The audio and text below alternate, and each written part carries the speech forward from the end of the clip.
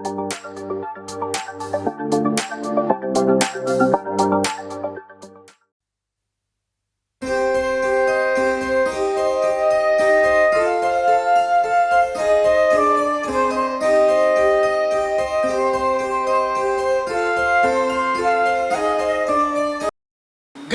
जाताना त्यानं मरियला सांगितलं की जाऊन माझ्या शिष्यांना सांग मी गालिलामध्ये चाललेलो आहे आणि सगळ्यांनी त्या गालिलामध्ये एकत्र यावं।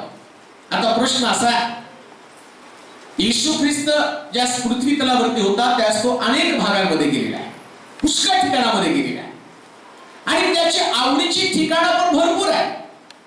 बऱ्याच ठिकाणात तो गेला, बऱ्याच ठिकाणामध्ये त्यानं सेवा काम केलं, काही चांगल्या ठिकाणामध्ये जाऊन त्यांनी महान चमत्कार केले, परंतु पुनरुत्थानानंतर हा ख्रिस्त गालिलामध्ये का गेला?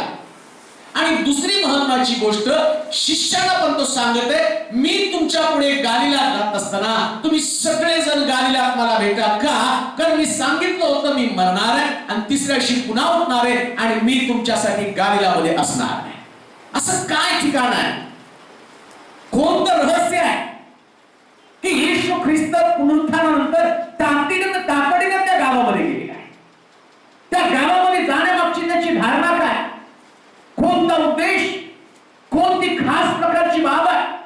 येशू ख्रिस्ताच्या पुनरुत्थानानंतर ख्रिस्ताला त्या ठिकाणात बसवलं नाही आणि प्रभू येशू ख्रिस्त तातडीनं गालिलामध्ये जाण्यामागचं त्याचे नेमकं धोरण काय की पुनरुत्थान झाल्यानंतर आणि तो तातडीनं लगबगीनं त्या ठिकाणात जातो आणि एवढंच नव्हे तर शिष्यांना सुद्धा त्या गालिलामध्ये एकत्र येण्यासाठी सांगते। अशी कोणती गोष्ट आहे? का दुसरीकडे गेला नाही? का त्या गालिलाचं आकर्षण त्याच्या मनामध्ये इतकं प्रचंड आहे? का त्या गालिलाविषयी त्याच्या अंतःकरणामध्ये एक प्रकारची उत्सुकता आहे आणि शिष्यांना देखील तो बोलवत आहे? याचा अर्थ नक्कीच त्या ठिकाणात काहीतरी रहस्य लपलेलं आहे। 3 दिवस कबरेमध्ये राहिल्यानंतर आता ज्यास तिसऱ्या दिवशी उठला आणि त्याला पहिल्यांदा गालिलाची आठवण झाली आणि त्यानं बऱ्याच ठिकाणामध्ये शिष्याला 40 दिवस पर्यंत दर्शन दिलं, पण पुनरुत्थानानंतर तो म्हणतो सगळ्यांनी गालिलामध्ये एकत्र या। येशूचे शिष्य जे आहेत ना हे सतत येशूच्या बरोबर राहत होते आणि आम्हाला माहिती ज्या चांगले मित्र असतात ना ते मित्र एकमेकाला काहीतरी रहस्य सांगताना ते फोन करून सांगतात चौकामध्ये थांबर का, तिथं मला तुला काहीतरी सांगायचं आहे। आता येशूचे शिष्य आणि येशू हे चांगले मित्र बनलेले आहेत, त्यांची चांगली घनिष्ठ मैत्री बनलेली आहे आणि येशूला आता स्वर्गामध्ये जायचं आहे आणि स्वर्गामध्ये जाण्यापूर्वी काही महत्त्वाच्या गोष्टी त्या शिष्यांना आठवण करून द्यायच्या, महत्त्वाच्या गोष्टी शिष्यांना शिकवायच्या आणि म्हणून तो गालिलामध्ये गेला आणि शास्त्र सांगतं सगळ्या शिष्यांना सांगितलं तुम्ही देखील गालिलामध्ये एकत्र या। काय गालिलामध्ये आहे? पहिला उपदेश मला ते लुकाचं शुभवर्तमान 4था अध्याय 14 पासून 30 पर्यंतची वचनं वाचूया। लुकाचं शुभवर्तमान 4था अध्याय आणि त्याची 14 पासून 30 पर्यंतची वचनं वाचूया। नंतर येशू आत्म्याच्या सामर्थ्याने गालिलात परत आला त्याची कीर्ती चहूकडच्या प्रदेशात पसरली। तो त्याच्या सभास्थानामध्ये शिक्षण देत आणि सर्वजण त्याचा महिमा वर्णित। मग ज्या नासरेतात लहानाचा मोठा झाला तेथे आला आणि आपल्या परिपाठाप्रमाणे शब्दात दिवशी सभास्थानात जाऊन वाचावयास उभा राहिला। तेव्हा यशाया संदेष्टाचा ग्रंथपट त्याला देण्यात आला। त्यानं उलगडून जे स्थळ काढलं त्यात असं लिहिलेलं आहे परमेश्वराचा आत्मा माझ्यावर आला आहे, कारण दिनास सुवार्ता सांगण्यास त्याने मला अभिषेक केला, त्याने मला पाठवलं आहे ते अशासाठी की धरून नेलेल्यांची सुटका आंधळ्यास पुन्हा दृष्टीचा लाभ याची घोषणा करावी। ते जात आहे त्यास सोडून पाठवावे।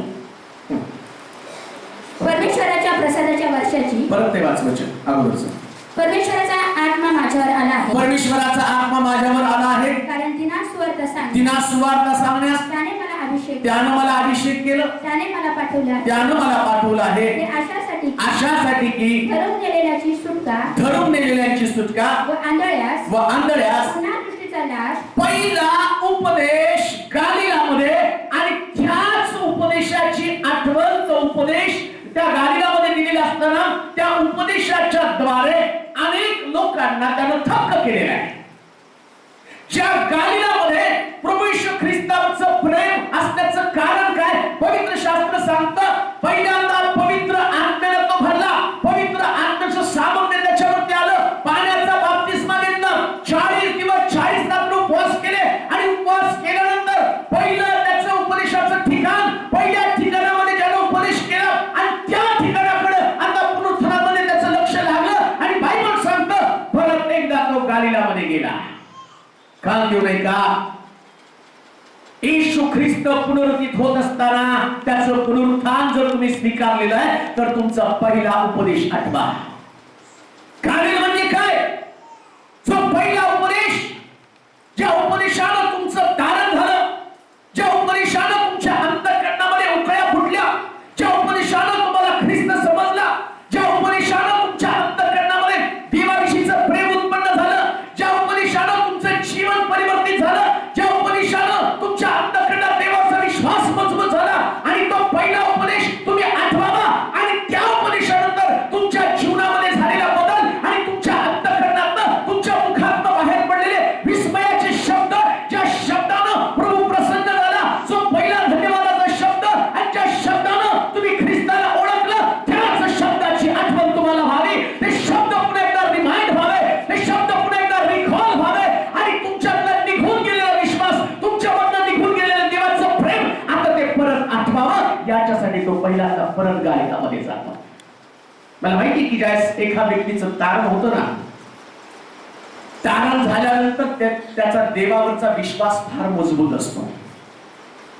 त्याला देवाविषयी इतकं प्रेम निर्माण होतं, इतकी आगतिकता निर्माण होते.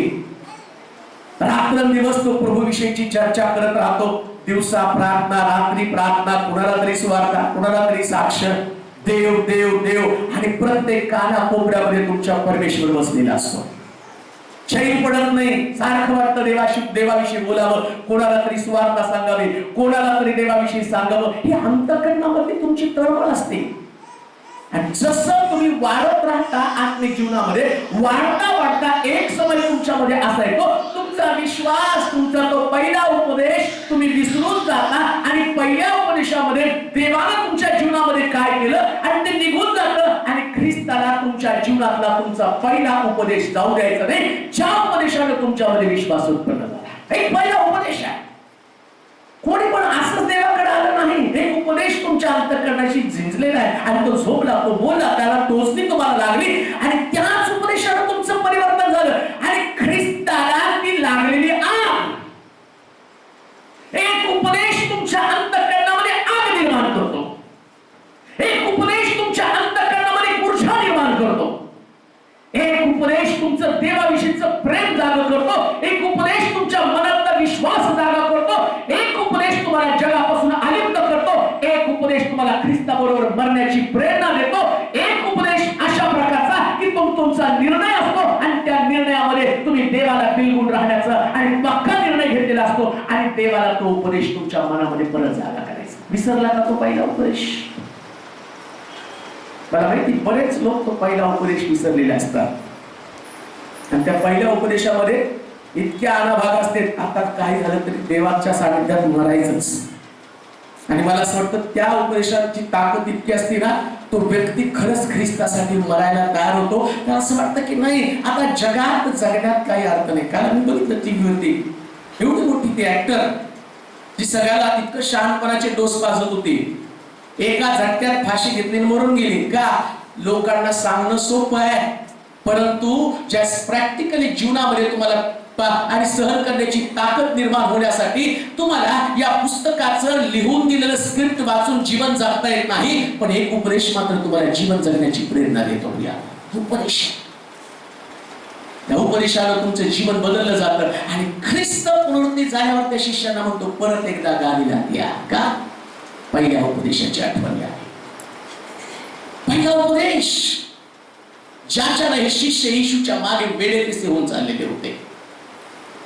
पहिला उपदेश ऐकल्यावर त्या शिष्याला वाटलं प्रभू तुला सोडून जाऊ तरी कुठे, जीवनाच्या गोष्टी केवळ तुझ्या जवळ आहे.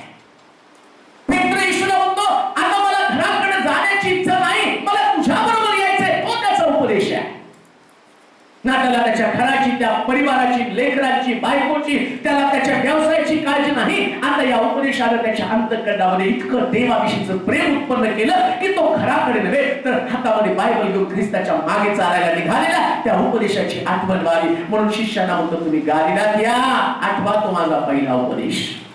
देवाची प्रिय लोक हो, आज तुमच्यामधली जर आग विझून गेली असेल, तुमचं देवावरचं प्रेम भिजलेलं असेल, जर तुमची प्रार्थना भिजलेली असेल तर तिला जागी करा, कारण पुन्हा एकदा त्या उपदेशाने तुमच्या अंतःकरणामध्ये उडून येणार आहे एक नवीन जीवन. त्याच्यामध्ये तुम्ही बाकीच्या गोष्टींचा विचार करणार नाही. प्रश्न तुमच्याकडे त्यावेळी सुद्धा होते आणि तुम्ही तुमच्याकडे प्रश्न असल्यामुळे तो उपदेश ऐकण्यासाठी देवाकडे आलेला होता.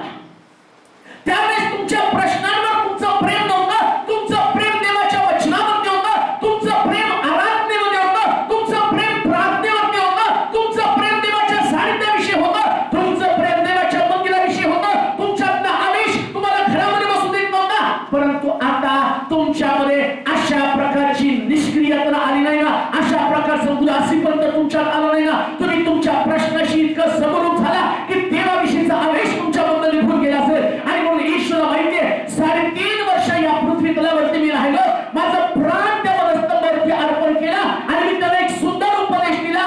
जो उपदेश 40 दिवस 40 रात्र आणि उपवास प्रार्थनेच्या द्वारे मला मिळाला होता, तो देवापासूनचा उपदेश होता. आणि देवापासूनचा उपदेश मी लोकांपर्यंत घेऊन गेलो. आणि आता मी स्वर्गामध्ये गेल्यावर माझं स्तंभावरचं मरण व्यर्थ होऊ नये, तर या लोकांना तो उपदेश समजावा, या लोकांना त्या उपदेशाची परत आठवण व्हावी आणि परत एकदा माझं बलिदान व्यर्थ जाऊ नये म्हणून शिष्याला तो म्हणतो गालिलामध्ये एकत्र या.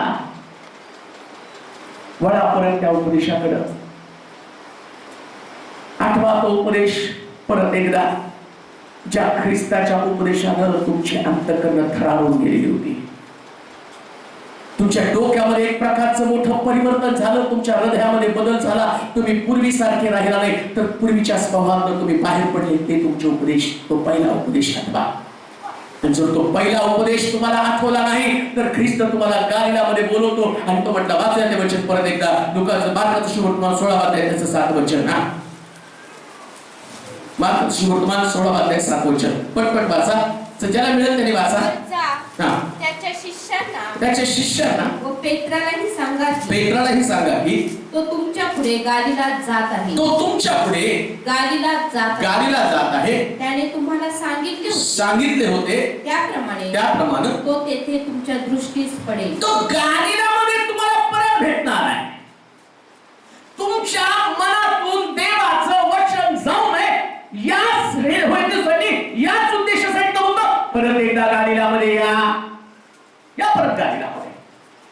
आज वचन गेलं का निघून अंतःकरणात चाचपून पहा. मंदिरात तुम्ही आहात पण किती लोक या मंदिरात बसले पण त्यांच्या मनामध्ये वचन आहे. मला माहिती की आम्ही रविवार आहे म्हणून आम्हाला चर्चला जायचंय ही एक आमची सवय बनलेली आहे आणि त्याच्यावर कधी कधी मंदिरामध्ये असतो पण वचन असतं का आमच्यामध्ये. ज्याच्या अंतःकरणात वचन असतं ना, बायबल सांगतं हा पेत्र 3 दिवसामध्ये वचन विसरला आणि हा पेत्र निराश झाला आणि घरामध्ये खोलीमध्ये बंदिस्त केलं.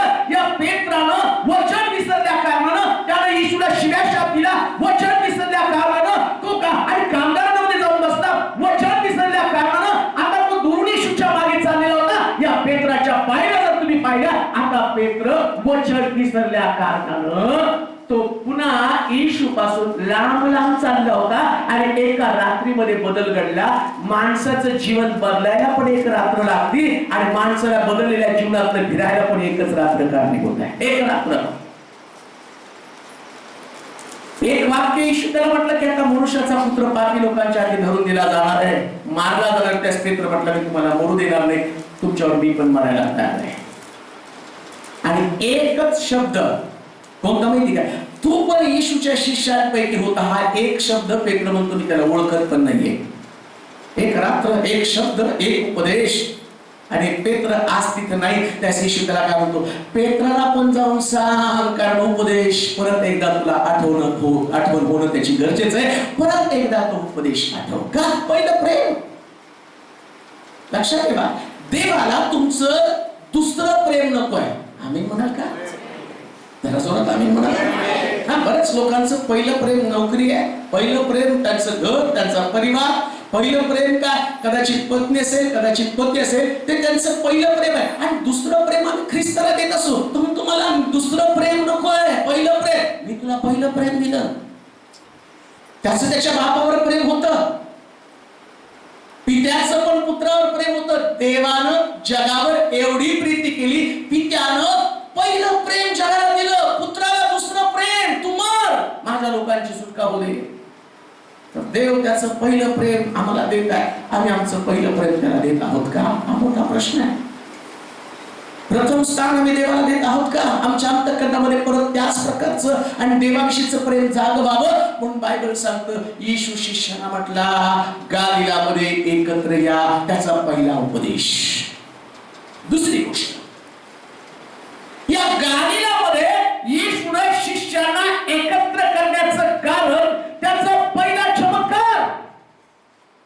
जसा पहिला उपदेश, या उपदेशानं त्यांना देवाविषयीचं प्रेम उत्पन्न झालं, तसा पहिला चमत्कार कोणता? पाण्याचा द्राक्षरस व्हावा.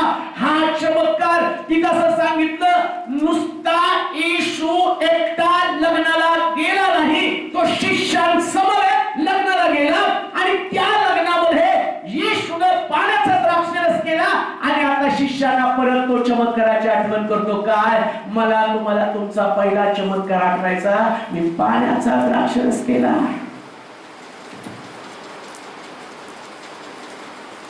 आणि काय येशूने तिथं करायचं होतं माहिती का? बरेच लोक म्हणतात ना, भीतीने नुसतं पाणी झालं. सगळे शिष्य आता पाणी झाले होते.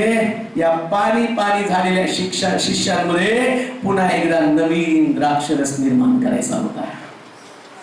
आज आमची समस्या हीच असेल.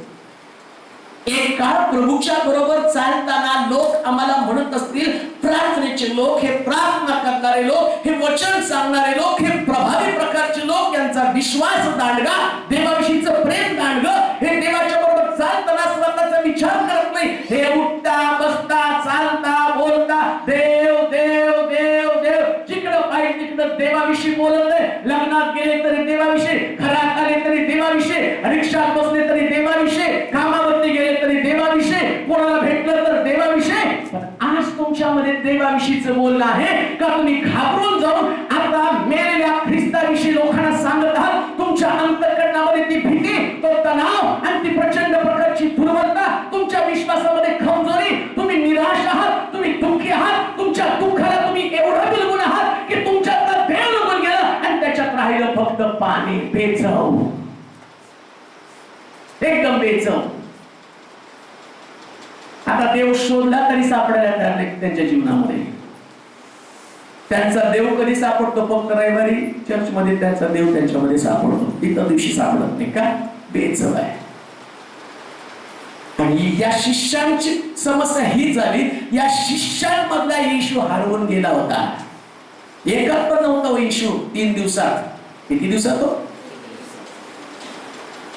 3 दिवसात एकात पण येशू सापडायला तयार नाही. मग महिना चर्चला नाही तर कुठं सापडेल हो? हालेलुया.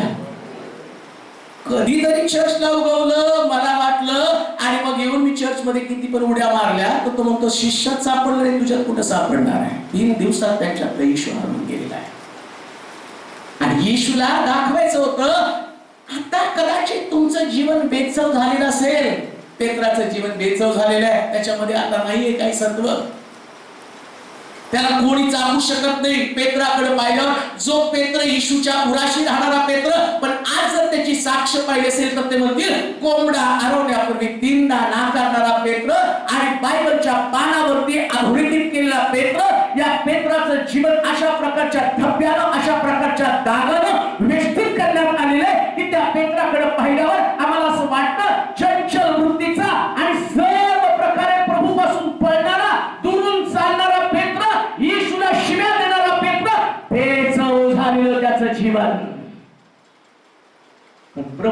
कोणाच्या जीवनातली चव जावं असं वाटत नाही प्रियानो. हालेलुया.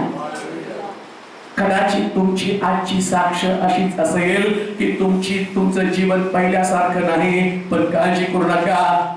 तो म्हणतो गालिलामध्ये एकत्र जमा, परत या पाण्याचा द्राक्षरस मी करून दाखवतो आणि लोक तुमच्या जीवनाकडे पाहून म्हणतील एवढा चवदार द्राक्षरस होता तरी कुठं, तो द्राक्षरस तुमच्यामध्ये, पण ख्रिस्तानं न डोकवल्या कारणानं त्याच्यामध्ये चव नव्हती. आणि येशू आता म्हणत आहे सगळ्याला, म्हणून त्याला म्हटलं पेत्राला पण सांगा मी गालिलामध्ये चाललेलो आहे. कारण पेत्राच्या जीवनातली चव निघून गेलेली आहे.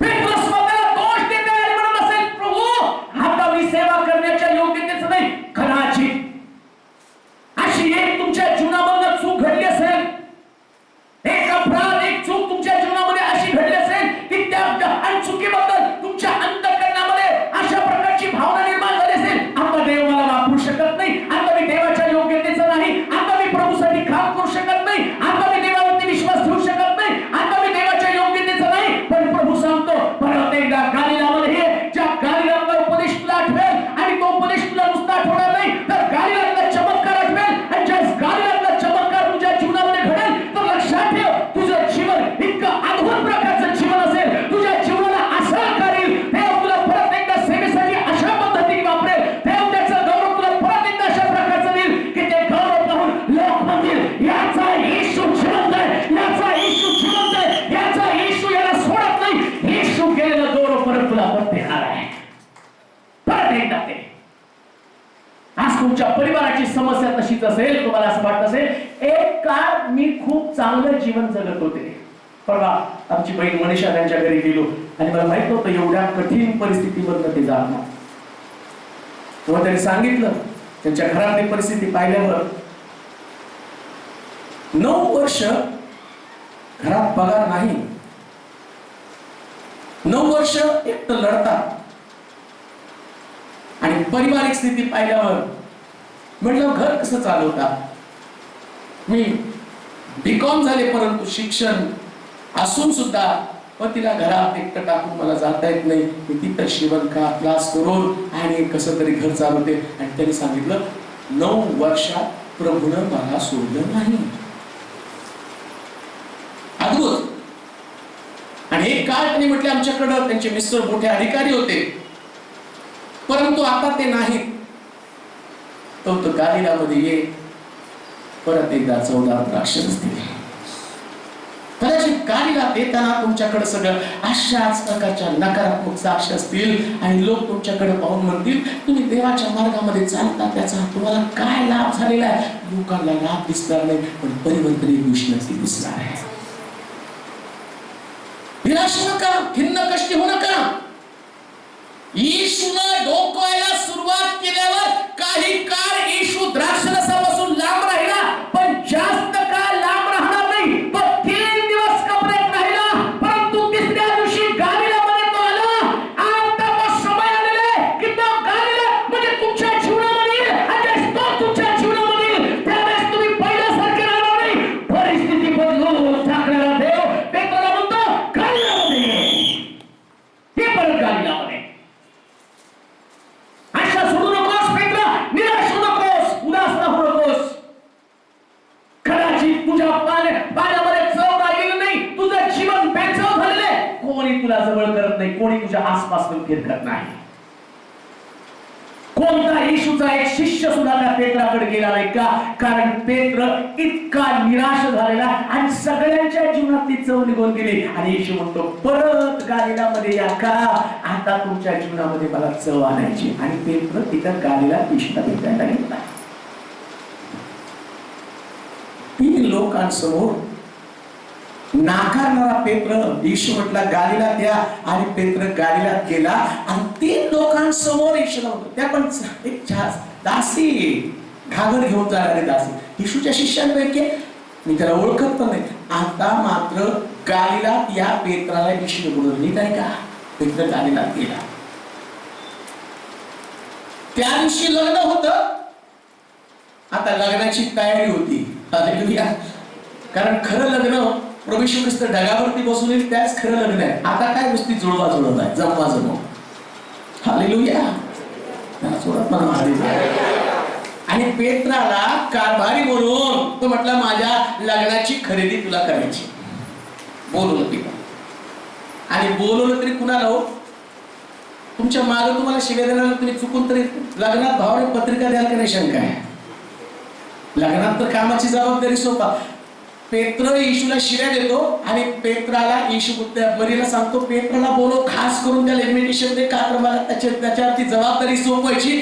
बायबल सांगतं पवित्र आत्मा मी तुम्हाला इसार म्हणून दिलेला आहे, ऍडव्हान्स म्हणून दिलेला आहे. तसं पेत्राला येशू गालिलात बोलवतो ऍडव्हान्स देण्यासाठी, लग्नाच्या तयारीसाठी जो ऍडव्हान्स आहे. आणि तो ऍडव्हान्स घेऊन पेत्राला म्हणतो की त्या ऍडव्हान्स वरती तुला काम करायचं, इसाऱ्यावरती तुला काम करायचं आणि माझ्या लग्नाची तयारी करायची. आणि माझ्या लग्नाच्या तयारीमधला सगळ्यात मोठा व्यक्ती कोण असेल? तूच असणार आहे. तुझ्या हातात मी कारभार देणार आहे. आणि पेत्र तिथं गेला गालिलामध्ये.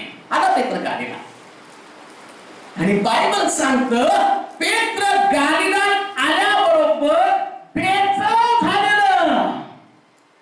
द्राक्षरस संपला गालिलामध्ये, परंतु पेत्रातला पण द्राक्षरस संपलेला आहे.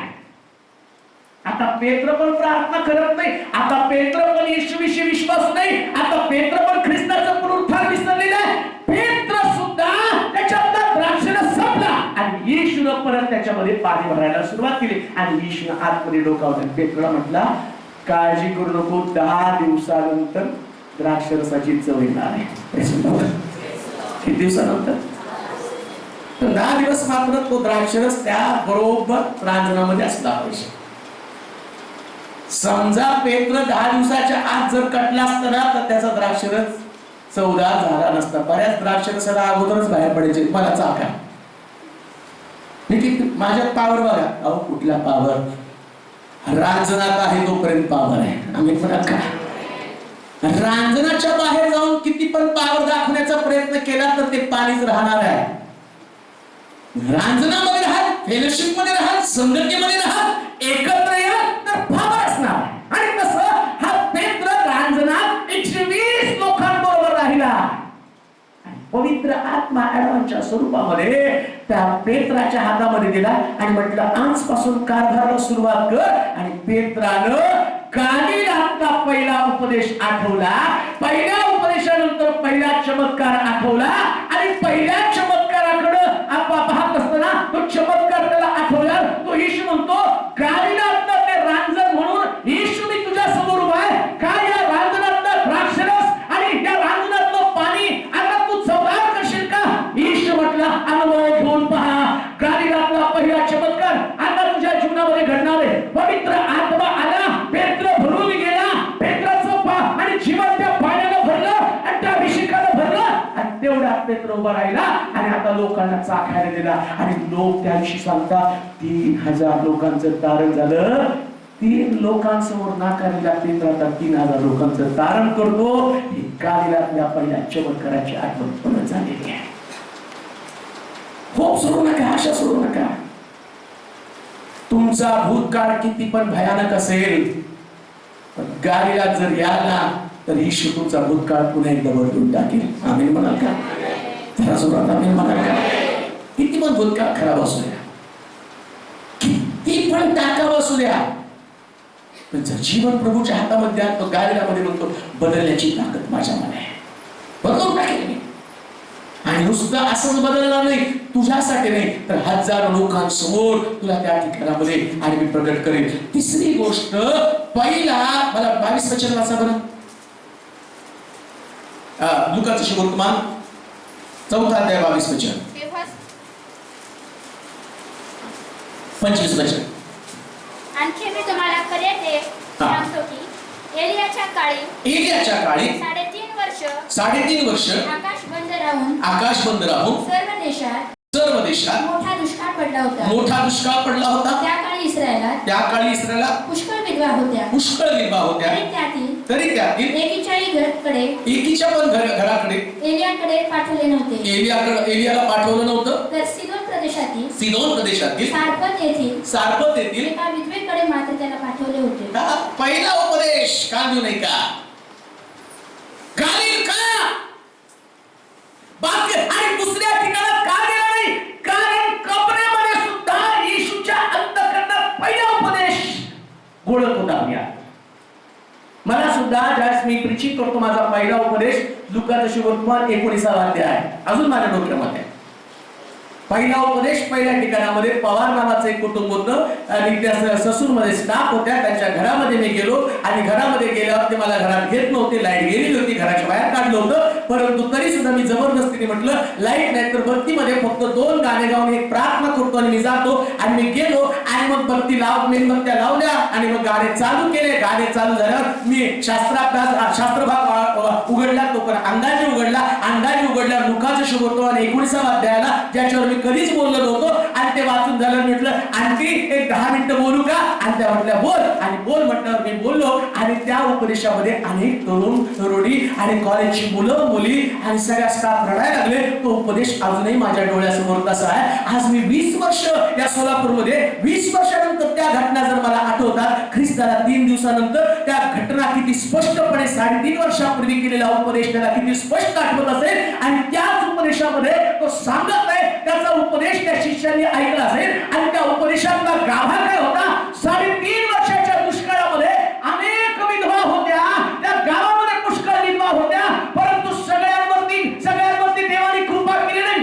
एकाच विधवेच्या घरामध्ये प्रभूने एलियाला पाठवलं आणि म्हटलं त्याच विधवेच्या घरी जा. लक्षात ठेवा, या शहरामध्ये असंख्य लोक, हजारो लाखोंच्या संख्येने भरलेलं शहर, परंतु देवानं ते वचन त्याच्याकडे पाठवलं नाही. जर तुमच्याकडे पाठवलं तर देवाची कृपा तुमच्यावरती होती. तो उपदेश तुमच्यासाठी होता आणि त्याच उपदेशाने तुम्ही आज परमेश्वराच्या मंदिरामध्ये आणि म्हणतो गालिलात आठव, ती कृपा तुझ्याकडे आली. मला वाटलं तर मी अनेक लोकांपर्यंत तो उपदेश घेऊन जाऊ शकलो असतो. मला वाटलं तर पुष्कळ परिवारामध्ये ते नेऊ शकलो असतो. परंतु तो उपदेश त्या लोकांकडे मी घेऊन गेलो नाही. ज्ञानी, विचारवंत, श्रीमंत, धनवान, विद्वान प्रकारचे लोक होते, त्या लोकांकडे मी पाठवलं नाही. पण देवाच्या दासाला मी तुझ्याकडे पाठवलं. आठवण कर त्या उपदेशाची. कोणता उपदेश? एलिया सराफ त्या ठिकाणच्या विहिरीच्या घरी गेला. पहिला उपदेश. किती धन्य लोक आहात, पहिला उपदेश तो तुमच्याकडे आला. ज्या उपदेशाने तुम्ही परमेश्वराच्या घरामध्ये आहात. 500 शिष्य येशूला होते, राहिले 12. पेत्राला बोलतो, पेत्राला बोलून आला, त्याला सांगा तो पहिला उपदेश. पेत्रा, खास माझी कृपा मी तुझ्यावरती केलेली आहे. Hallelujah, hallelujah. जर देवानं तुमच्यावरती कृपा केली तर तुमच्यासारखे धन्य लोक दुसरे कोणतेच नाही. पेत्राला त्याला सोडायचं नव्हतं. जरी पेत्राने त्याला शिव्या दिल्या तरी तो म्हणतो नाही, माझा पहिला उपदेश तो तुझ्यासाठीच होता. पेत्रा, पुनरुत्थानानंतर ख्रिस्ताचा अंतःकरण पेत्रासाठी थोडं सुद्धा बदललं नाही. तो म्हणतो माझा पहिला उपदेश अजूनही तुझ्यासाठीच होता. पहिला उपदेश. देवाच्या लोकांनो, तो पहिला उपदेश आठवा की ज्या उपदेशानं फक्त देवानं तुम्हालाच कृपा पुरवली. तुम्ही आज घरी जाल ना, तो पहिला उपदेश आठवा की ज्या उपदेशानं तुमचं तारण झालेलं आहे. पहिला उपदेश कधीच विसरू नका. ज्या दिवशी तुमच्या डोळ्यातून अश्रू आले असतील, देवाविषयी तुमचं प्रेम अंतःकरण प्रेमानं भरलं असेल, तो उपदेश आठवा आणि परत एकदा प्रभूशी सलगी करू लागा. परत एकदा देवाशी जवळीक साधू लागा. तो पहिला उपदेश. आणि तिसरी गोष्ट, पहिला हल्ला प्रभूचा काना गावामध्ये झालेला आहे. पहिला हल्ला. मला वाटतं मोबाईल वाचता का वचन ते? पुढे वाचावर त्याच्या काय 25च्या पुढे. तसेच अलीशा संदेशाच्या काळी इस्रायलात पुष्कळ कुष्ठरोगी होते, तरी त्यांच्यातील कोणीही शुद्ध झाला नाही. तर सूर्याचा नामा मात्र शुद्ध झाला. ते ऐकून सभास्थानातील सर्व लोक संतापले. सगळे लोक संतापले. त्यांनी उठून त्याला गावाबाहेर काढले आणि ज्या डोंगरावर त्यांचे गाव वसले होते त्याच्या कड्यावरून त्याला लोटून देण्यास तेथवर नेले. पहिल्याच उपदेशाला कसला सर्व लोक त्याने मंडळी डेंजर. हालेलुया. पहिल्या उपदेशात 2 घटना घडलेल्या आहेत. पहिला उपदेश करायला लोक विस्मित झाले. काही लोक म्हटले काय सुंदर बोलते, आणि दुसरे लोक म्हटले यातून दगड मारून ठेचून मारायला पाहिजे. मी भारताचा विचार केला, म्हटलं गालिलात का गेला? बाकीची बरेच ठिकाण होती. नासरेतामध्ये गेला, गरसेकराच्या प्रांतामध्ये गेला, मोठे मोठे चमत्कार केला, नाईनमध्ये गेला आणि त्या ठिकाणामध्ये विधवेच्या मुलाला जिवंत केलं. अनेक ठिकाणी त्या ठिकाणामध्ये जाऊन लोकांना दाखवू शकला असता, पहा मी जिवंत झालेलो आहे. पण तो गालिलात का जातो? त्याचं कारण आहे तिसरं कारण. या गालिलातल्या लोकांनी ज्या ख्रिस्ताचा पहिला उपदेश वयाच्या 33व्या वर्षी पहिला उपदेश त्याला केला आणि त्या पहिल्याच उपदेशामध्ये या गालिलीकरांना ते वचन इतकं झोपलं आणि या गालिलीकरांनी ख्रिस्ताला मारण्यासाठी या कड्यावरती डोंगरावरती घेऊन गेले आणि डोंगरावरून लोटण्याचा त्यांनी प्रयत्न केला. पण त्या दिवशी ख्रिस्त मेला नाही आणि त्याला दाखवायचं होतं मला मारण्याची ताकद तुमच्यामध्ये नाही. तुम्ही जर हे ठरवलं आणि तुम्ही म्हणाल असाल ख्रिस्त तिथं असं लिहिलं तिथून येशू निघून गेला. वाचा बरोबर काय लिहिलंय? पण तो त्यांच्यामधून निघून गेला. मग ते काय म्हणले असते आज येशू वाचला बरं का आमच्या हातून. हालेलुया. काय म्हणले असते आज वाचला नाही तर आमच्या हातून मेला असता.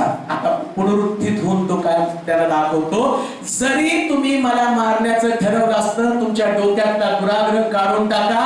तुम्ही मला मारून टाकण्याची ताकद तुमच्यामध्ये नाही, कारण जीवन आणि मरणाचा स्वामी मीच आहे. मी कबरेत होतो आणि आता तुम्हाला उठून दर्शन द्यायला आलो. मी तुम्हाला दाखवून देतो कड्यावरून लोटण्यासाठी आणि तिथून मरावं ही देवाची योजना नव्हती. वलस्तंभावरती मरावं, कबरेत जावं, कबरेत बाहेर यावं आणि प्रत्येकाला दर्शन देऊन सांगावं जीवन आणि मरणाचा स्वामी मीच आहे. माझ्यावरती विश्वास ठेवणारा कोण पुढे मरणाची सत्ता चालू शकत नाही. म्हणून पुनरुत्थित झाल्याबरोबर पहिल्यांदा गालिलकरांसमोर प्रगट झाला आणि गालिलकरांना दाखवून दिलं मी ख्रिस्त आहे आणि मी मरू शकत नाही, मला मारण्याची ताकद कोणामध्ये नाही. आणि बायबल सांगतं पहिला उपदेश, पहिला हल्ला, पहिला चमत्कार या तिन्ही गोष्टी गालिलात आहे आणि ख्रिस्त तिथे गेला आणि त्या लोकांना दाखवून दिलं माझं मरण दैवी मरण होतं. असहाय्य म्हणून मरणारा तो ख्रिस्त नव्हता. स्वामित्व जीवन आणि मरणावरती त्याचं होतं हे दाखवण्यासाठी तो गालिलामध्ये गेला आणि म्हणून गालिलाकडे त्याचं आकर्षण असण्याचं कारण. दुसरी गोष्ट वाचूया मत्तयाचं सुवर्तमान 4था अध्याय आणि त्याचं 18 वचन. मत्तयाचं सुवर्तमान 4था अध्याय 18 वचन. गालिल समुद्राजवळून तो चालला असताना त्याने पेत्र म्हटलेला शिमोन व त्याचा भाऊ आंद्रिया या दोघा भावांना समुद्रात पाग टाकताना पाहिलं, कारण ते मासे धरणारे होते. त्याने त्यांना म्हटलं माझ्या मागे चला म्हणजे मी तुम्हाला मासे धरणारे करेन. लागलीच ते जाळी सोडून देऊन त्याला अनुसरले. दुसरं कारण मी ज्यावेळेस वाचत होतो ना माझं अंतःकरण इतकं एक्साइटेड झालं, इतकं भरून आलं. म्हटलं येशू ख्रिस्त गालिला पुनरुत्थित झाल्यावर तो गालिलाकडे जातो. काय त्याला गालिलाविषयी एवढं प्रेम होतं, गालिला जाण्यामागं त्याला नेमकं काय शिकवायचं होतं, कसं सांत्वन द्यायचं होतं, गालिला का तो जातो. वास्तविक पाहता तो तिथंच थांबू शकला असता आणि सगळ्यांना म्हटलं असता मरेला जाऊन सांग कबरेच्या बाहेर येशू सगळ्यांची वाट पाहतोय. आणि तसं पाहिलं तर तो आता एक व्हीआयपी व्यक्ती बनलेला आहे. आजपर्यंत जगाच्या इतिहासामध्ये लोक मेले पण कबरेतनं कोणी बाहेर आलं नव्हतं, परंतु असा व्यक्ती आज कबरेतनं बाहेर येतो, आपलं देव पण प्रगट करतो आणि दाखवून देतो की मी देव आहे. परंतु देव असताना सुद्धा जो मानव म्हणून पृथ्वी तलावरती असताना खाल देऊ नये का, मानव म्हणून असताना गालिलात गेला आणि गालिलात जाताना येशू एखाद्या आणि गुरुप्रमाणे आणि त्या ठिकाणी शिष्याला बोलतो माझ्या मागे या आणि ते मासे धरणारे येशूचे शिष्य आणि ते सामान्य व्यक्ती पेत्र आणि आंद्रिया दोघांना बोलतो मासे धरण्याचं सोडा, माझ्या मागे या.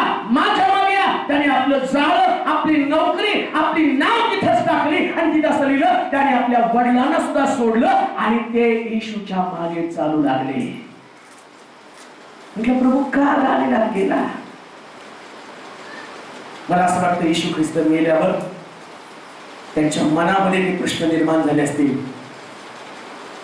3.5 वर्ष येशूच्या मागे आम्ही चाललो, आता येशू मेला, माझी नोकरी पण गेली, माझी नाव पण गेली, माझं जाळं पण गेलं आणि ज्या भागामध्ये मी मासे पकडतो तर ते ठिकाण पण गेलेलं आहे. आता येशू गेला, माझं कसं आहे?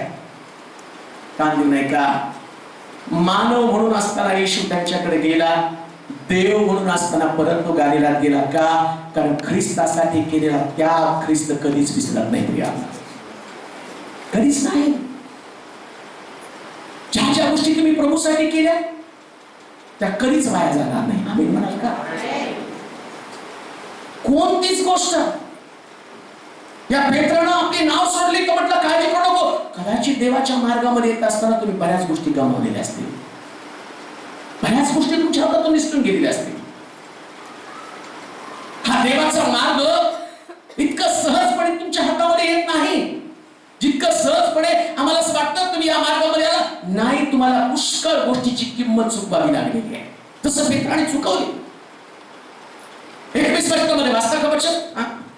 तेथून पुढे गेल्यावर त्याने दुसरे दोघे भाऊ म्हणजे जब्दीचा मुलगा याकोब व त्याचा भाऊ योहान यांना आपला बाप जब्दी त्याच्या बरोबर तारवात आपली जाळी नीट करताना पाहिले आणि त्याने त्यांना बोलवले. लागलीच ते तारू आपला बाप यांना मागे सोडून त्यांना अनुसरले. येशू या मरताना सगळ्या गोष्टी अंतःकरणात साठवत होता. मला माहिती की ख्रिस्त वधस्तंभावर असताना ते सगळं चलचित्रासारखं त्याच्या डोळ्यासमोर आलं असेल. मी गालिलामध्ये पहिल्यांदा आलो आणि गालिलात आल्यावर मी पहिला उपदेश केला, पहिला चमत्कार केला आणि पहिले माझे शिष्य कोणते ते त्याच्या डोळ्यासमोर आलं. मरत असताना तेच दृष्टांत, ते स्वप्न घेऊन आपल्या अंतःकरणामध्ये घेऊन तो मेला. त्याच्यासाठी स्वतःच्या दुःखाबद्दल अश्रू नव्हते, त्याला अश्रू होते या लोकांचे की जे लोक सेवेच्या कठीण काळामध्ये आणि त्याच्या बरोबर राहिले आणि त्या सेवेचा कठीण काळ त्याच्या लक्षामध्ये आला आणि पुनरुत्थान झाल्याबरोबर त्याला पहिली भेट कोणाची घेतली? ज्यानं कठीण काळामध्ये ख्रिस्ताला अनुसरलं. देवाचे प्रिय लोक, तुमच्या कठीण काळामध्ये तुम्ही प्रभूला अनुसरलेले असाल, तुमच्यासाठी पुनरुत्थित ख्रिस्त तुमची भेट घेण्यासाठी परत एकदा येणार आहे, परत एकदा तुमच्या परिवाराची भेट घेणार आहे, परत एकदा तुमच्याकडे येणार आहे. यासाठी की तुम्हाला आठवण करून द्यावं की मी तुम्हाला कधीच विसरत नाही. मी जिवंत असताना तुमच्या बरोबर होतो, मी कबरेत असताना तुमच्या बरोबर होतो आणि मी पुनरुत्थित झालो तर मी तुमच्या बरोबर आहे. तुमच्या परिवाराची, तुमच्या आणि नावेची आणि तुमच्या स्वतःची भेट घेण्यासाठी परत एकदा तिथं त्यांना बोलवत होता. कुठं बोलवत असेल? जिथं या लोकांना त्यानं नावेमध्ये जाळं साफ करताना पाहिलं आणि तिथं त्यांना तो बोलवतो. तो म्हटला तिथंच येऊ द्या त्यांना. का हो? आठवणीत यावं कोणत्या परिस्थितीत तू प्रभूला अनुसरला, कोणत्या परिस्थितीमध्ये तू प्रभूला अनुसरला, त्यावेळेची तुमची स्थिती काय होती,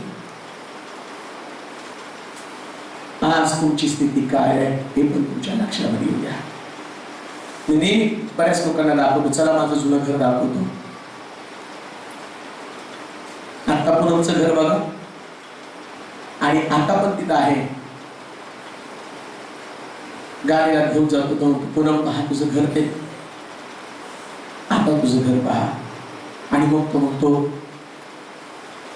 ज्या स्थितीत तुम्हाला अनुसरले, ज्या स्थितीमध्ये तुम्हाला अनुसरला, या स्थितीचा परिपाक तुला इथून बाहेर काढण्यासाठी मला वधस्तंभावर किंमत चुकवावी लागली. तुला दारिद्र्यातनं बाहेर काढण्यासाठी मला किंमत चुकवावी लागली. तुला निराशेतनं, आजारपणातनं बाहेर काढण्यासाठी वधस्तंभावरती माझा देह मला त्यागावा लागला, वधस्तंभावरती माझं अर्पण करावं लागलं. आणि मग ख्रिस्त त्या सगळ्याची किंमत चुकवून त्या सगळ्यांना बोलवतो नावेच्या आणि त्या समुद्राच्या जवळ आणि त्यांना सांगतो आज तुम्ही या ठिकाणात काय, परत एकदा माझ्या हाताकडे पहा, माझ्या कुशीकडे पहा. अरे तुम्हाला सेवेमध्ये आणण्यासाठी मला जखमी व्हावं लागलेलं आहे. असंच तुम्ही प्रभूकडे आलेला नाही. तुम्ही ज्या स्थितीमध्ये यावं, या स्थितीमध्ये येण्यासाठी येशू आपल्या शरीरावरती जखमा घेऊन निघालेला आहे. मग गालिलामध्ये सगळ्यांना बोलवतो. बोलवा सगळ्यांना गालिलामध्ये. पेत्रा आपण बोलवा. आठवण करू दे पेत्राला, तू माझ्याबरोबर येताना मी तुला पहिल्यांदा म्हटलं तू माझा पहिला शिष्य आहे. पेत्रा माझ्या मागे, मी तुला माणसं धरणारा करील, मासे सोडून दे. पहिलं कॉलिंग मी तुला केलं होतं, पहिला आवाज मी तुला दिला होता.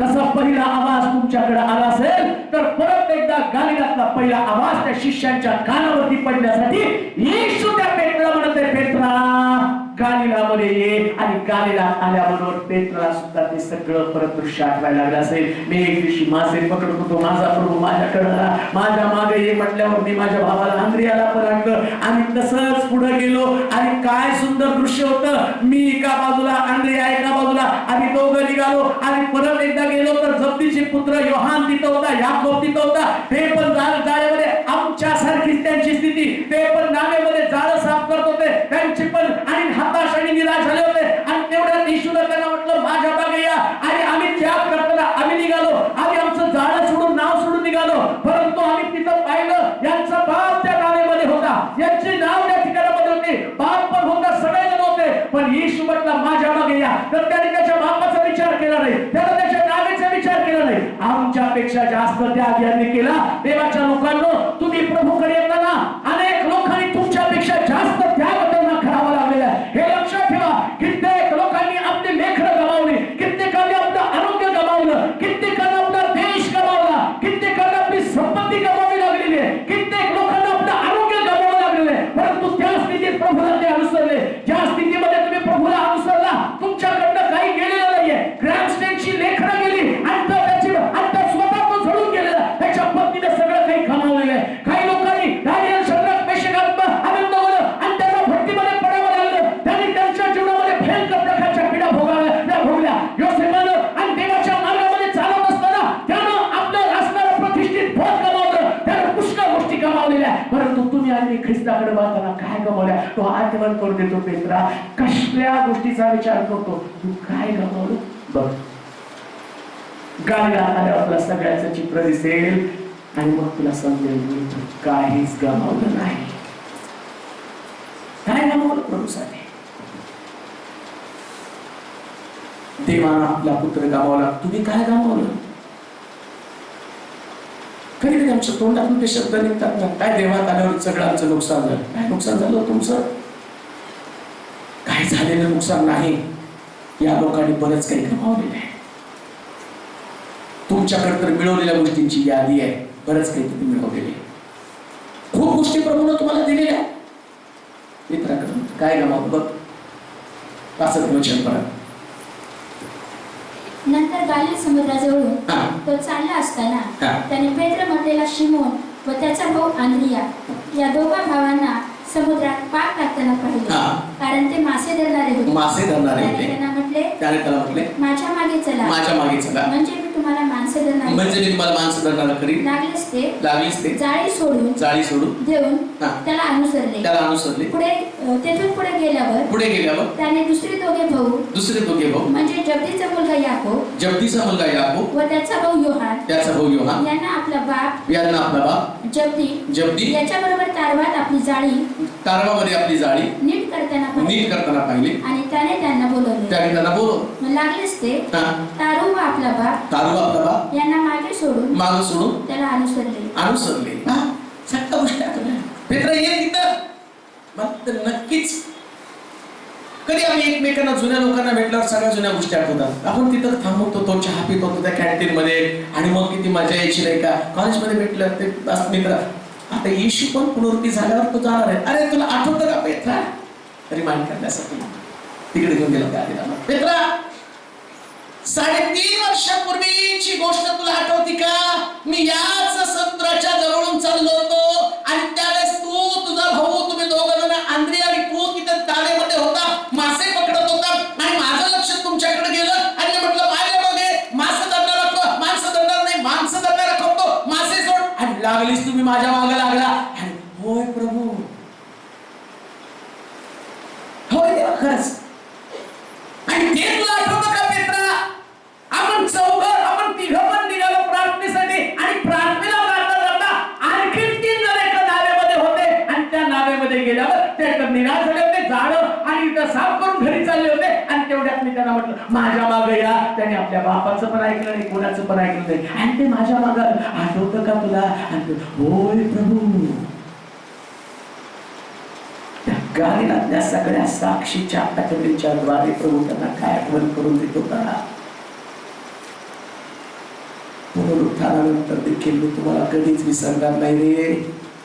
मी फक्त सेवेमध्ये तुम्ही माझ्या संगती असावं म्हणून तुम्हाला नेमलं नाही, तर युगाच्या समाप्तीपर्यंत मी तुमच्या बरोबर असावं म्हणून मी तुम्हाला निवडलेलं आहे. येशू आमच्या बरोबर राहत नाही. आमेन म्हणाल का? जोरात म्हणाल का? तुम्ही ज्या कष्टात असताना त्यास नेमकं म्हणता देवा तू कुठे आहे, ती जाणीव निर्माण होण्यासाठी.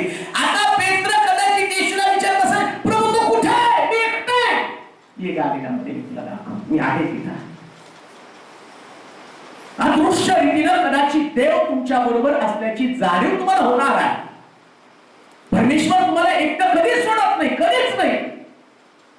पुनरुत्थानानंतर गालिला घेऊन त्याला दाखवलं, परत एकदा मी तुमच्या बरोबर आहे, परत एकदा मी त्या ठिकाणामध्ये. का गालिला गेला आणि त्या ठिकाणात आणखी एक गोष्ट वाचूया. योहानाचं शुभवर्तमान पहिला अध्याय 43 पासून काही वचन वाचूया. योहानाचं शुभवर्तमान पहिला अध्याय 43 पासून 47 पर्यंतची वचन वाचूया. 4. दुसऱ्या दिवशी त्याने गालिलात जाण्याचा बेत केला. तिसऱ्या दिवशी त्यानं गालिलात जाण्याचा बेत केला. दुसऱ्या दिवशी तेव्हा फिलिप त्याला भेटला. येशूने त्याला म्हटलं, माझ्या मागून ये. फिलिप हा तर अंद्रिया व पेत्र यांचे नगर बेतसैदा इथला होता. यांच्या नगरातला बेतसैदा या ठिकाणचा होता. फिलिपाला नथनेल भेटल्यावर तो त्याला म्हणाला, ज्याच्याविषयी मोशेने नियमशास्त्रात नियमशास्त्रामध्ये लिहिलं व संदेश त्याने लिहिले, तो म्हणजे योसेफाचा मुलगा येशू नासरेतकर आम्हाला सापडला आहे. नथनेल त्याला म्हणाला, नासरेतातून काहीतरी उत्तम निघू शकेल काय? फिलिप त्याला म्हणाला, येऊन पहा. नथनेलाला आपल्याकडे येताना पाहून येशू त्याच्याविषयी म्हणाला, पहा हा खरा खुरा इस्रायली आहे. याच्या ठाई कपट नाही. का येशू गालिलात गेला? येशूचे सगळे चांगले शिष्य गालिलातच होते. हो, हालेलुया.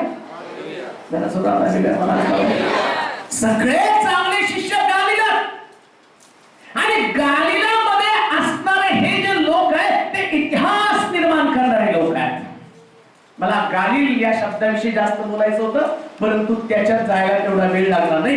गालिल म्हणजे ऑलिव्ह ट्री किंवा त्या ठिकाणामध्ये जैतुनाची वृक्ष ज्या ठिकाणात मुबलक प्रमाणात सापडतात आणि ते गालिल ठिकाण. या गालिलाचं वैशिष्ट्य इथं जे जैतुनाचं पवित्र तेल, या तेलाच्या निर्मितीचं केंद्र आणि या ठिकाणामध्ये मुबलक तेल आहे. आणि जैतून म्हणजे धार्मिक लोक आणि तेल म्हणजे पवित्र आत्मा साठवणारे लोक. पवित्र आत्मा मुबलक प्रमाणात ज्यांच्यामध्ये आढळतो ते ठिकाण. आणि त्याच ठिकाणाकडे येशूचं आकर्षण आहे. ज्यांच्यामध्ये पवित्र आत्म्याची भरपुरी आहे अशा ठिकाणाकडे येशूचं आकर्षण आहे. ज्यांच्यामध्ये पवित्र आत्मा मुबलक आहे, पवित्र आत्म्याला प्रथम स्थान देतो, अभिषेक टिकून ठेवतात आणि येशूचं आकर्षण तेच लोक बनलेले आहेत. सगळ्याला जाऊ द्या पण पवित्र आत्म्याला जाऊ देऊ नका.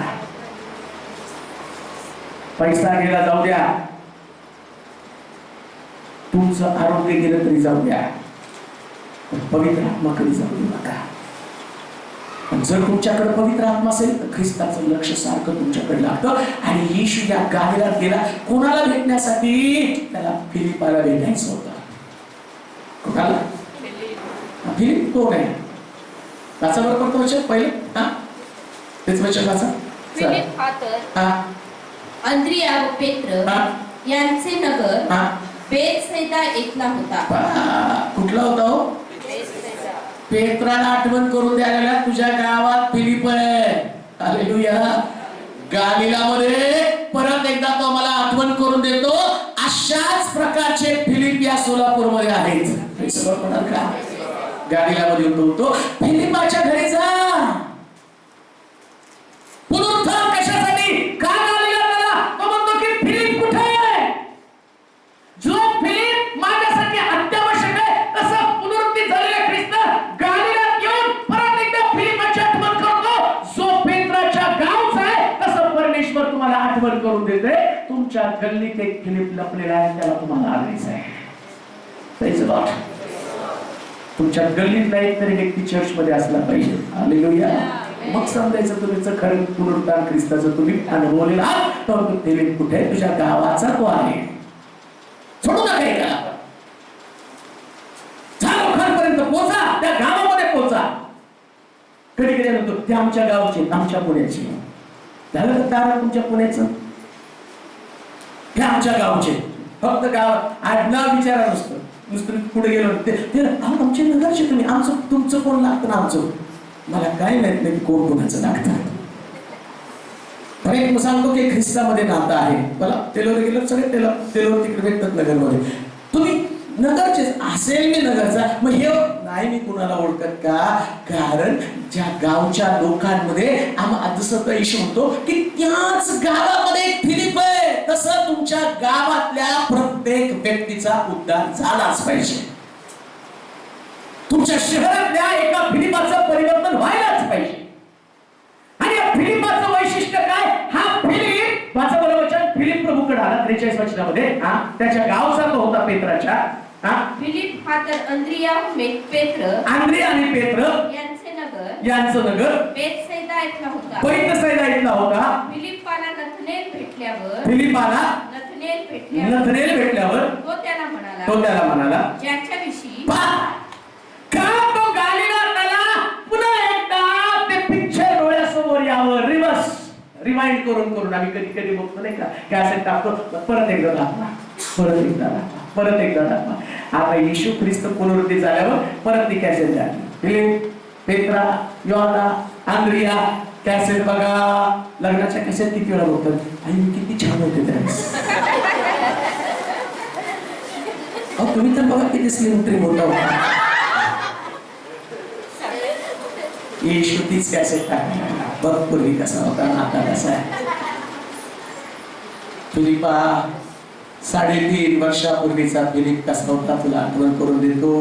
कॅसेट टाकली. आता दिवस बरेच निघून गेलेले आहेत. आता तुला आठवण करायची तू कसा आहे. फिलिपाच्या समोर 3.5 वर्षानंतर ते कॅसेट टाकले आणि फिलिपा समोर दिसतो. प्रभूला अनुसरल्याबरोबर तो जातो. इतका आवेशी, इतका पेटलेला. शास्त्र सांगतं त्याला नथानेल भेटल्याबरोबर त्यानं इकडच्या तिकडच्या कोणतीच गोष्टी बोलत बसला नाही. त्यानं त्याच्या बायकोची चौकशी केली नाही, लेकरांची चौकशी केली नाही, तुझ्या गावात पाऊस पडला का, दुष्काळ आहे का याची चौकशी केली नाही. त्याने एकच सांगितलं, येशू मसीहा मला भेटलेला आहे आणि त्या मसीहाचा मी आता शिष्य आहे. फिलिपाचा आवेश आता तो आठवण करून देत आहे. फिलिपा 3.5 वर्षापूर्वी भेटलेल्या प्रत्येक व्यक्तीला सुवार्ता सांगत होता. त्या गालीला तत्व आहे. तुझं गालील तुला सांगत नाही. तू एक उत्तम प्रकारचा सुवार्तिक आहे, एक उत्तम प्रकारचा इव्हॅंजलिस्ट आहे. तुझ्या इव्हॅंजलिझम मध्ये ताकद आहे. नथानिएल येत नसताना सुद्धा नथानिएलला तू पटवून देणारी सुवार्ता सांगितली. नथानिएल तुला काय म्हणला? नथानिएल म्हणत होता आणि नासरीतामधून चांगलं निघेल का? परंतु तू निराश झाला नाही. तू त्याला पटवून दिलं आणि म्हटलं नासरीतात चांगलं काही निघत नसेल असं तुला वाटतं, पण एकदा येऊन पहा. कदाचित लोक या शहराकडे पाहून म्हणतील या सोलापूर शहरात चांगलं काही असू शकत नाही. पटवून द्या.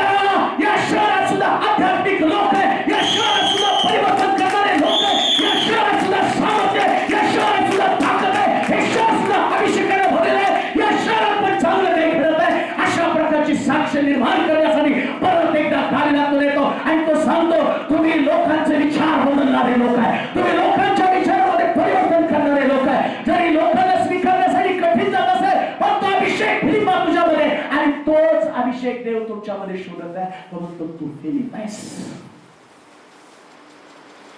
पुनरुत्थानानंतर प्रभू तुम्हाला सांगत आहे, तुम्ही फिलिप आहात. जरा पाय पडून बघा. सांगायला सुरुवात करा, लोक बदलले नाही तुम्हाला विचारा. हालेलुया. कारण हे देवाचं वचन आहे. कधी कधी आम्ही सांगत नाही आणि मग ख्रिस्ताला पुनरुत्थित होऊन परत एकदा आमची भेट घ्यायला यावं लागते. फिलिपाची भेट घेऊन आठवण करून, फिलिपा नथानिएलचं परिवर्तन तूच केलं ना, पण आता तू काय म्हणत आहे? जास्त आम्ही बरेच वर्ष निघून गेल्यावर नाही लोक बदलले. काय लोक आत्मीचे नाही पळायचं.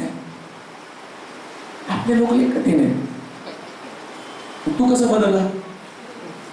तू एवढा मृत द्यायचा होता का? तुझं लगेच ढसा रडून परिवर्तन झालं. तुझ्यासाठी किती खस्ता खायला लागला, किती उपास, किती प्रार्थना, किती संदेश सांगावा लागला. मला आठवतं सोलापूरमध्ये आल्यावर एक मुलगा जिंकण्यासाठी 4 तास रोज एकाच मुलाच्या घरी जाऊन मी बसायचो. आणि त्यावेळेस तर माझ्याकडे काही पण नव्हतं, चालत चालत फिरायचो. पण 4 तास इथून निघालो 2 नंबर पासून पुंठा नाक्यापर्यंत त्याच्या घरी जाऊन बसायचो. त्याला वचन सांगायचो. तो 1 नंबरचा मवाली होता. त्याच्या आई बापाने म्हटले याला चांगल्या मार्गात घेऊन जा, याचं काहीतरी चांगलं करा. आणि अशाच पोराच्या घरात बसून 4-4 तास बसून रोज न चुकता. आणि रविवारी त्यांनी चर्चला यावं. 4:30 वाजता चर्च असायचं, तर सकाळी त्याच्या घरी जाऊन त्याची पॉलिशी करायचो. त्यांनी चर्चला यावं. कोण?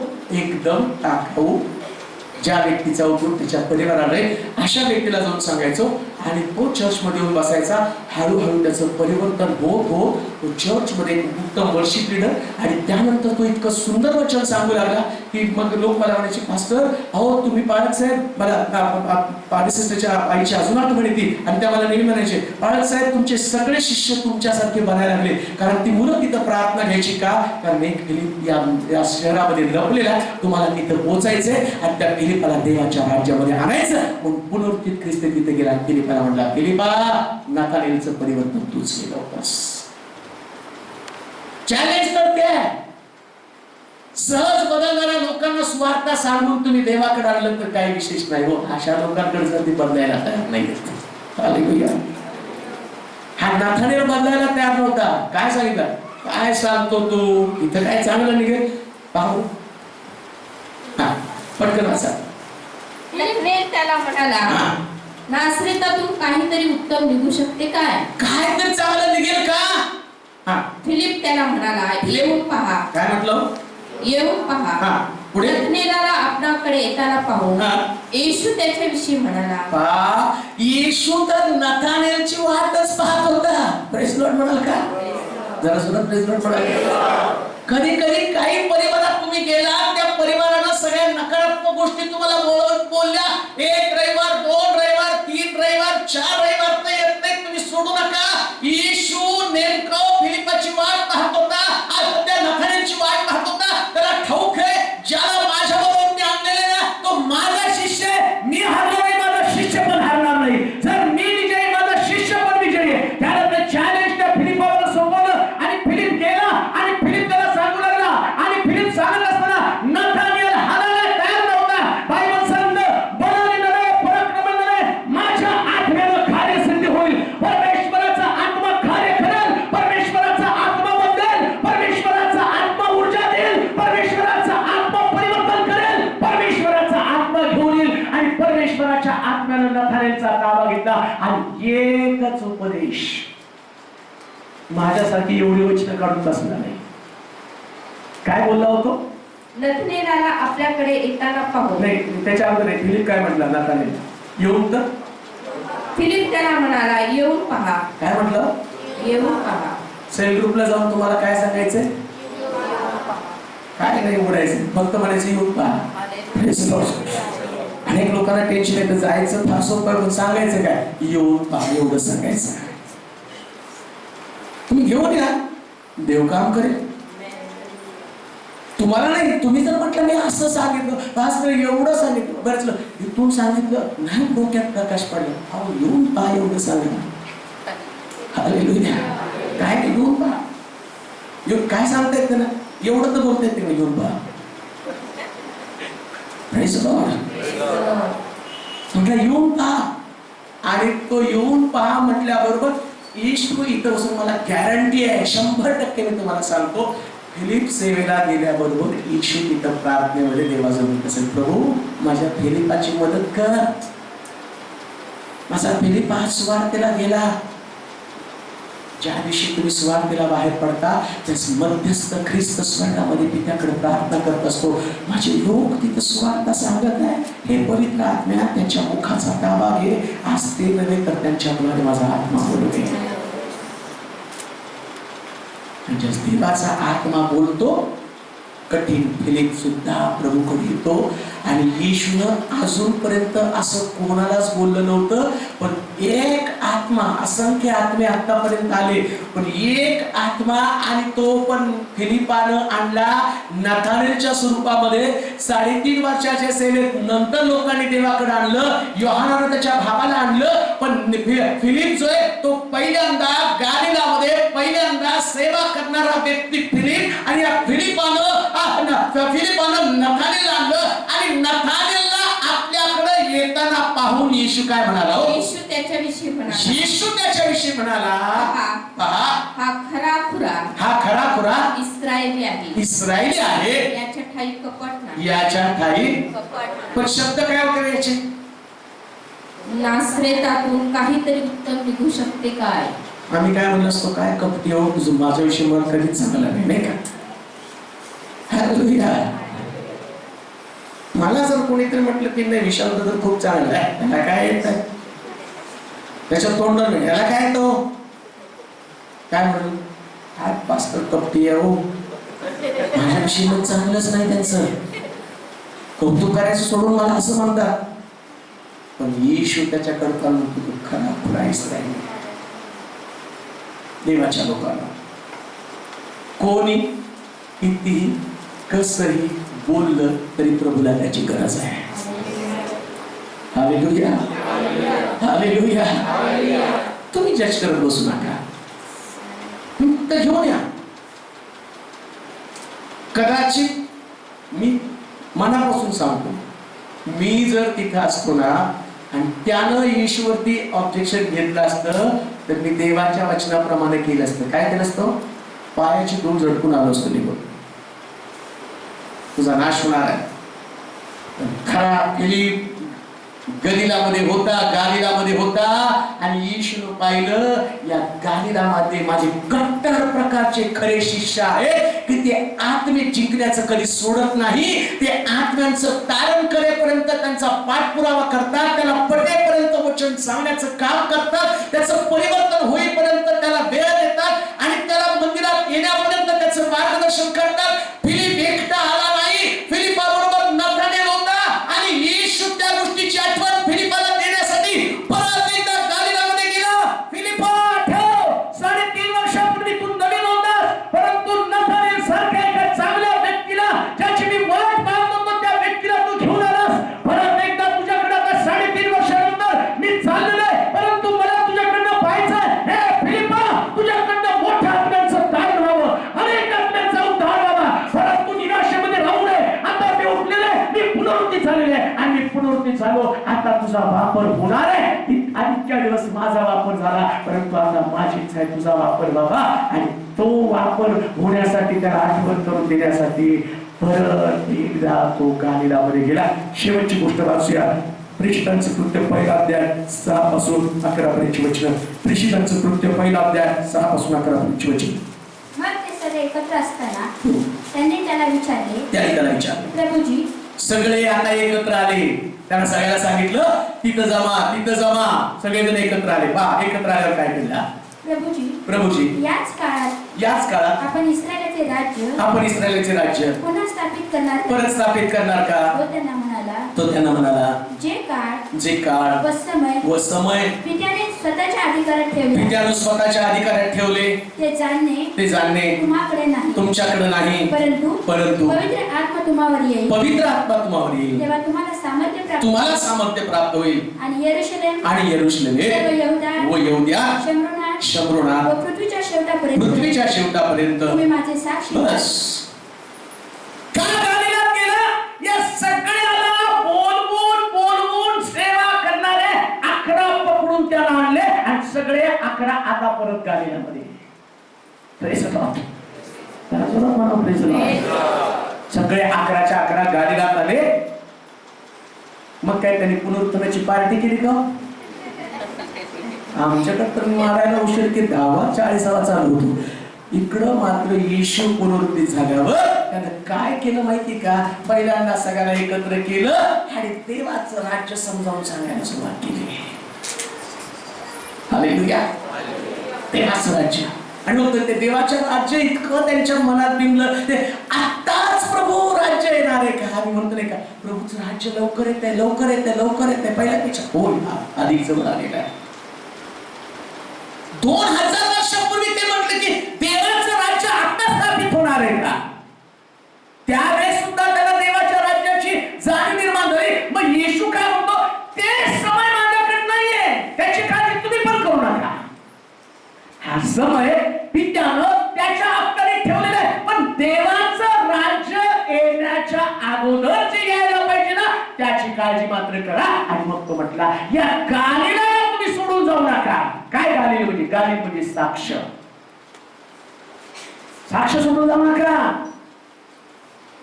कितीही कठीण प्रसंग आला तरी तुमची साक्ष तुटता कामा नये.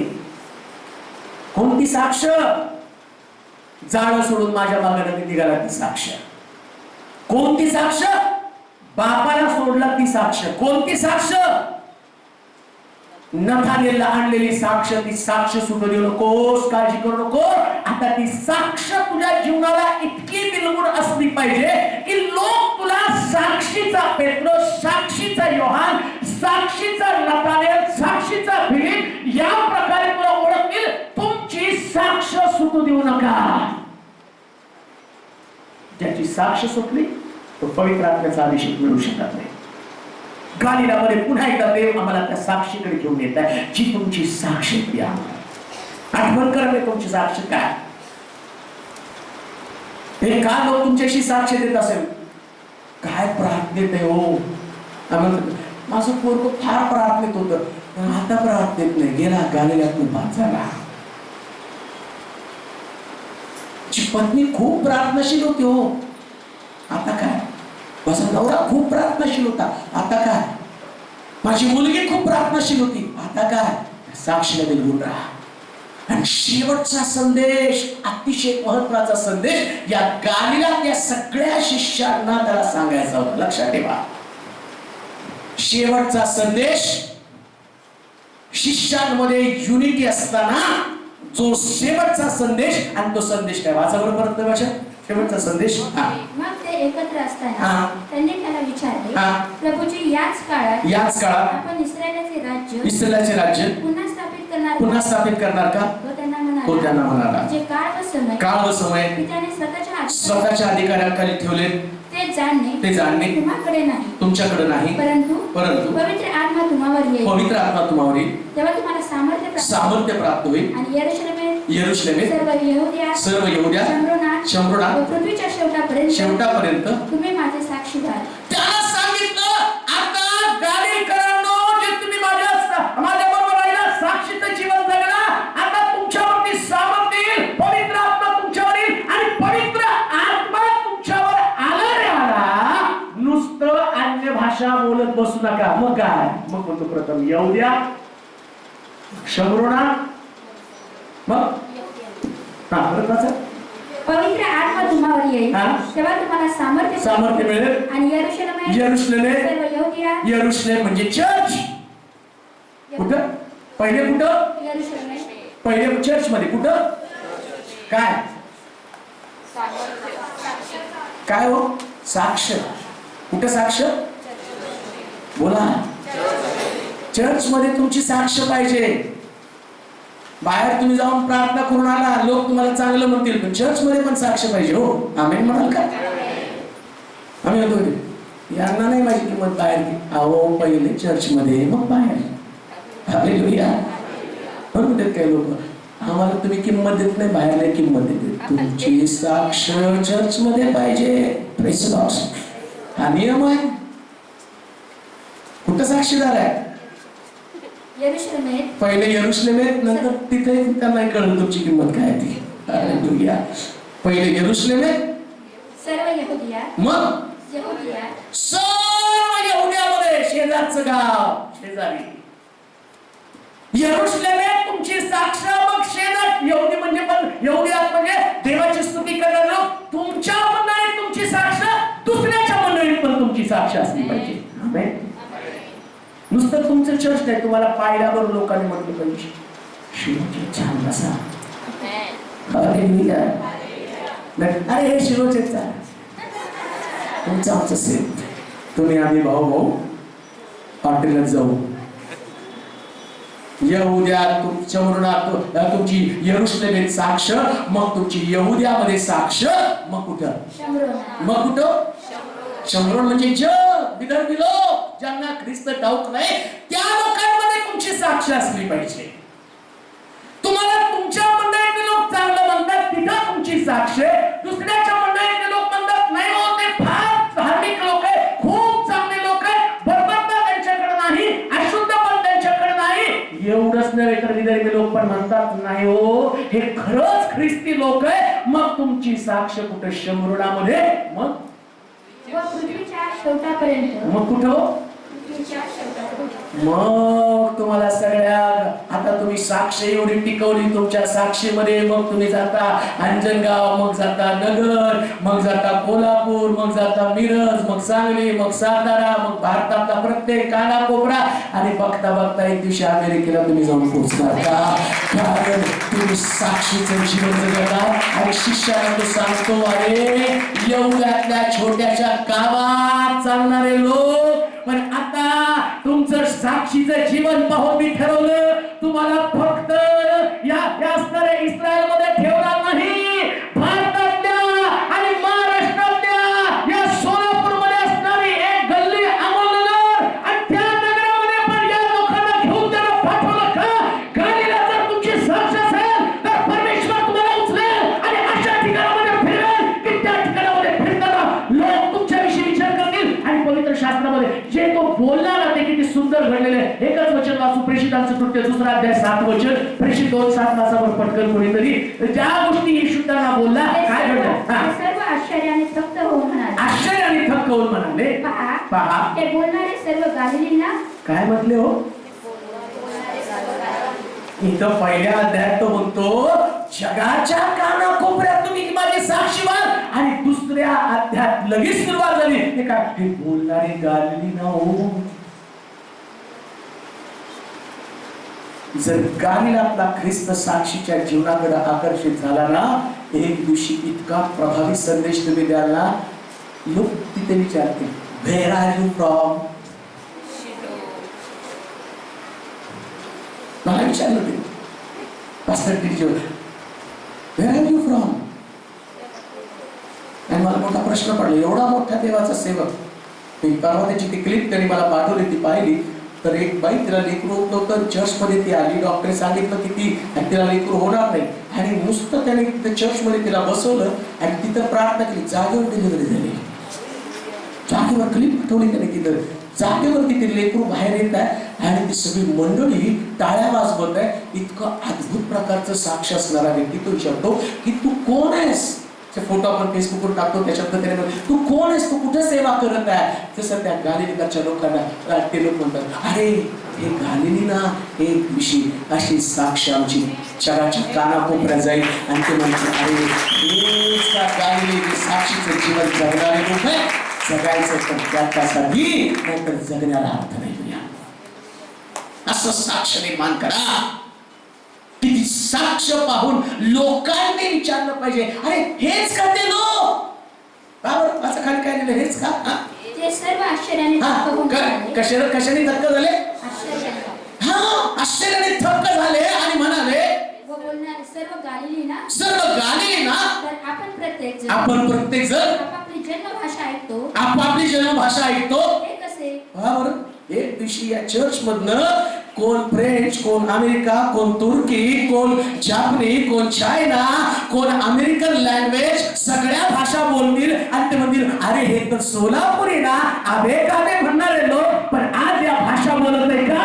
कारण काय लागते साक्ष जगाच्या कानाकोपऱ्यात जाईल आणि सर्व जग एक दिवशी या शहरात येईल आणि म्हणेल यांचा ख्रिस्त कबरात नाही, यांचा ख्रिस्त स्वर्गात पित्याच्या उजवीकडे बसला, आणि पित्याच्या उजवीकडे बसलेला ख्रिस्त तो तुम्हाला पूर्वीसारखं ठेवणार नाही. गालिलामध्ये या, गालिलात या, परत एकदा त्या साक्षीकडे या, जिथं प्रभूने तुम्हाला काढलं त्या जीवनामध्ये तुम्ही या, जिथं प्रभू तुम्हाला बोलवलं त्या पाचरणाकडे तुम्ही या, आणि एकदा का ते पाचरण तुमच्यामध्ये आलं, लोक तुम्हाला पाहून म्हणतील अरे गालिला. मग त्यास घाबरू नका, आय एम फ्रॉम सोलापूर म्हणायला. Praise the Lord. Praise the Lord. त्यास गर्वाने सांगायचं, होय मी अशा ठिकाणात आलो ज्या ठिकाणामध्ये खरोखर मला कोणी ओळखत नव्हतं, पण प्रभूनं मला गालिलामध्ये बोलवलं आणि गालिलामध्ये देवानं माझं रूपांतर केलं. आज दुपारी प्रभू त्याच पद्धतीने तुम्हाला गालिलात बोलवून तुम्हाला सांगते, इथं याल तर इतिहास बनवाल, इथून जाल तर इतिहास नोंद घेईल. जसा यहूदा इस्करियत गालिलात नव्हता, काळ्या अक्षरानं नाव लिहिलं गेलं, पोट फुटून नेला. देवाचं सानिध्य सोडणाऱ्या व्यक्ती अशाच पद्धतीचा आहे, पण प्रभू प्रत्येकाची काळजी घेतो आणि बोलवतो आणि त्याच्या जीवनाची पुनर्बांधणी करतो. आपले डोळे बंद करू, आपल्या जागेवर पुढे राहूया, नतमस्तक होऊया, मानस होऊया.